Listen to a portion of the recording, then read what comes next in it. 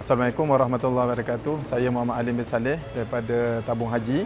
Alhamdulillah pada hari ini 6 Mac hari Jumaat 2026 kita ada satu program iaitu program serahan barangan kempen infak Ramadan, iaitu kempen yang telah dilaksanakan setiap tahun untuk kepada kita membantu golongan asnaf lah. Program ni kali ini kita memilih negeri Pahang sebagai tuan rumah untuk penyerahan kempen infak Ramadan ini. InsyaAllah kita ada seramai lebih kurang dalam 300 penerima asnaf.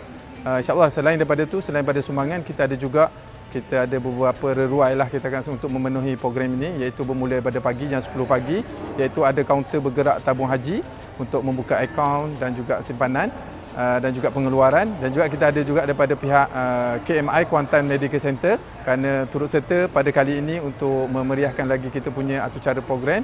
Dan kita pada pagi ini juga ada kuliah duha dan diteruskan dengan solat Jumaat, dan kita akan sambung pada petang lah. InsyaAllah pada waktu petang nanti kita akan bermula kita punya majlis, iaitu majlis penyerahan barangan kempen infak Ramadan, iaitu akan bermula sebelah petang, dan juga kita akan diteruskan dengan majlis berbuka puasa, solat tarawih dan juga sekiranya kita moreh lah. Itu untuk kita punya program untuk hari ini lah. Alhamdulillah, terima kasih kepada kerjasama daripada pihak KMI, daripada pihak Majlis Daerah Maran dan juga sukarelawan yang turun pada hari inilah.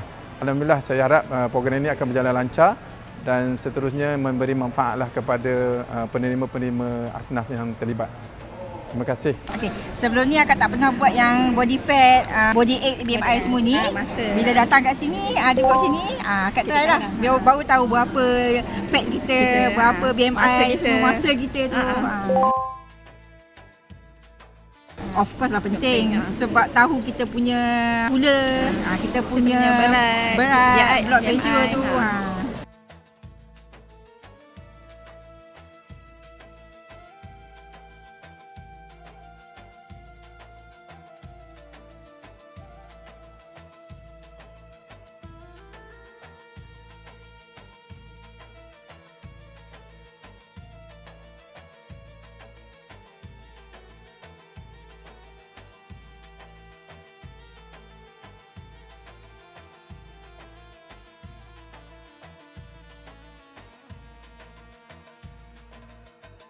Pahang